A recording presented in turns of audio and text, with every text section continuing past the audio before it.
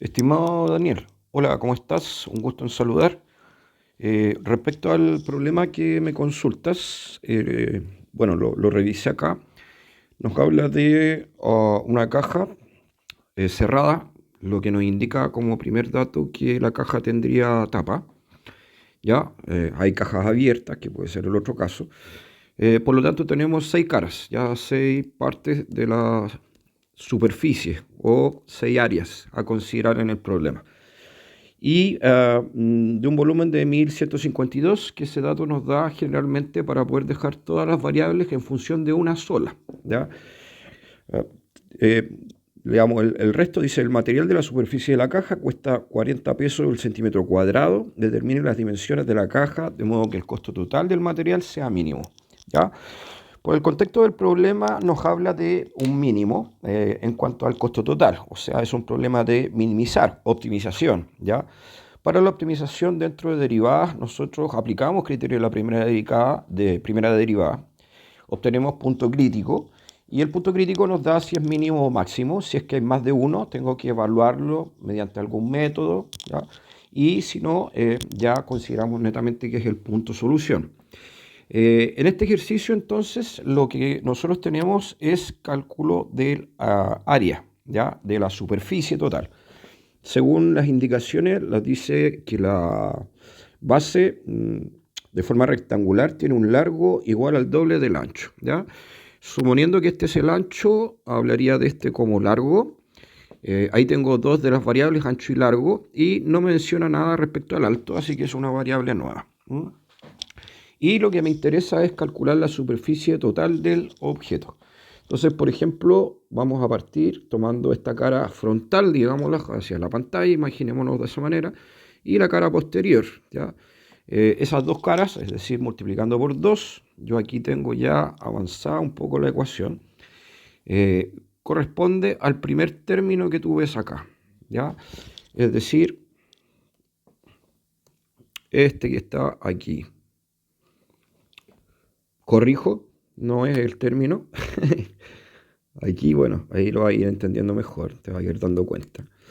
En la ecuación que puse anteriormente, por ejemplo, tengo ese primer término que corresponde a considerar esta cara, ¿ya? X por y su opuesta, la que estaría al otro lado. Y por eso también el 2, ¿ya?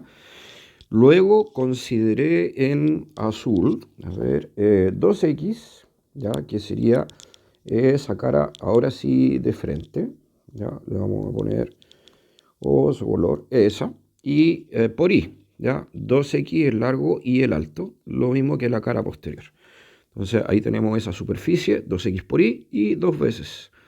Y por último en rojo, ya cuesta quizá en 3D tratar de dimensionar, pero es la tapa y el fondo, ¿ya? Que tendría, como se ve acá, un dx por un x, que corresponde a esa área, y nuevamente por 2, dado que tendría las dos caras. Esa, como digo, es en el fondo de la superficie, ¿ya? Me está hablando de minimizar costos. ¿Qué pasa en este ejercicio al respecto? El costo, en el fondo, son 40 pesos por centímetro cuadrado. Eso es lo que me indica, digamos, el problema, ¿ya? Y esos centímetros cuadrados, en el fondo, representa el área de la superficie, ¿ya? ¿Qué área voy a tener en total, digamos? Y precisamente esa área o superficie es la que tengo, digamos, en esa ecuación. Eh, Da lo mismo, entonces, si quiero minimizar para este ejercicio el costo o la superficie. Porque, como digo, es solo multiplicar por 40 la expresión total. ¿Ya? Hay que recordar que la derivada en algún punto la igual a 0 y divido por algún factor, puedo dividir por 40. ¿Ya? ¿Por qué tanto detalle? Dado que hay problemas en los cuales los costos de las caras no son iguales, ¿ya? Es decir, a veces la tapa es más cara y el fondo, ¿ya? Y los lados son de otro costo. Entonces, en ese tipo de ejercicios, claro, tú colocas, digamos, el precio de una cara, el precio de la otra, el precio de la otra, ¿ya? Y tienes que armar una ecuación de costo más contundente. En cambio, acá es el mismo costo, digamos, para todas las caras, ¿ya? Como se ve ahí. Dicho lo cual, seguimos trabajando con la ecuación de superficie. La idea para poder optimizar y aplicar el criterio de primera derivada es que todo te quede en función de una variable. Como vemos ahí, nuestra ecuación de superficie tiene dos variables, tiene AX y tiene AI. Y ahí entra, digamos, nuestro dato, que es en este caso el volumen. Y recordamos acá que para este paralelepípedo el volumen sería largo por ancho y por alto. Y que en este caso nos dice que es precisamente 1152. Del cual despejamos y nos quedaría 1152 partido por 2x cuadrado. Y esa expresión la reemplaza entonces en donde tengo y. ¿Ya? Aquí me adelanté, hice el reemplazo. Aquí lo tienes. Última ecuación de la pantalla. Ahí reemplacé y. Aquí reemplacé y. ¿Ya? Como puedes comparar con la parte superior. Y realizando simplificaciones, por ejemplo, en el primer término, simplificas el 2 con el 2, una x con una x. En el segundo término, disculpa, achiqué ese término sin querer. Ya en el segundo término, tú tienes la simplificación de 2 y 4 y un x con un x. Y obtenemos entonces lo que tenemos aquí. Ya.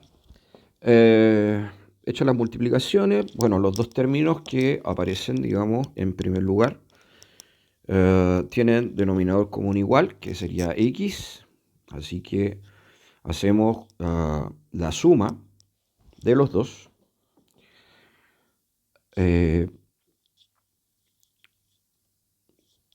No, aún no lo he sumado, disculpa. Aquí, bueno, son... Disculpa, te aprovecho de comentar que, bueno, son distintos pasos, los podría sumar antes. También, por ejemplo, el i que tuve ahí lo podría haber simplificado, ahí tú vas viendo.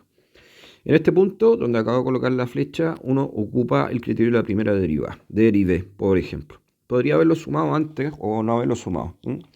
Aquí opté por derivar de inmediato. Si te fijas, el paso siguiente que está acá, ahí tú puedes pausar el video y practicar la derivada. La derivada, cuando tengo una fracción, 1 sobre x es el negativo y la fracción queda al cuadrado. ¿Ya? Todas las potencias ocurre lo mismo. Cambia el signo de la fracción y aumenta el grado de la potencia que está abajo. ¿Ya? Y la derivada de 4x cuadrado, el 2 multiplica al 4 y queda 8x. El criterio me dice que una vez que tengo esta derivada la igualo a 0 y con eso obtengo los puntos críticos. Entonces tengo aquí mi derivada, la tenemos acá, y voy a igualar a 0. Ahí ya hago el paso de sumar, digamos, estos dos términos. Lo podría haber hecho antes y haber derivado después. Bueno, cualquiera de las dos opciones da lo mismo. Obteniendo ese término y, por tanto, obteniendo esta ecuación, ¿ya? Multiplicamos por el x cuadrado, ya que sería la alternativa más sencilla, a mi parecer. Eliminas x cuadrado que está abajo. Aquí coloqué que el x cuadrado es mayor o igual a 0 para recordar solamente que es una medida de área. Entonces tiene que ser, lógicamente, un número positivo distinto de 0. Multiplicas por ese valor y te queda una ecuación cúbica, ya como podemos ver, digamos, en esta parte, la cual despejando el 8x cubo y nuevamente despejando el x cubo obtenemos esa raíz, ¿ya? De la cual obtenemos un único valor que no lo calculé, ¿ya? Ahí tú lo calculas. Y ese valor, lógicamente, sería el valor de x o el punto crítico, que en el fondo que estás buscando para que, como es punto crítico, minimice tu ejercicio, ¿ya? La pregunta ahí, volviendo hacia atrás, era las dimensiones de la caja, ¿ya? Entonces solamente tienes que reemplazar el valor de x para calcular cuánto es el largo, cuánto es el ancho y reemplazando en esta ecuación cuánto sería tu alto. Y ahí tendrías entonces las dimensiones de tu caja, ¿ya? Como digo, ahí está la resolución del problema. Recuerda que puedes ir pausando y revisando cada uno de los pasos que se fueron realizando. Y si tienes más consultas, no dudes en contactarme, volver a escribirme por tu correo, por el canal o como tú te encuentres más cómodo. Espero que haya sido de tu ayuda. Si expliqué algo muy rápido, no se entendió, me vuelves a preguntar, no hay ningún problema, ¿ya? Que tengas una muy buena semana, Daniel. Nos vemos.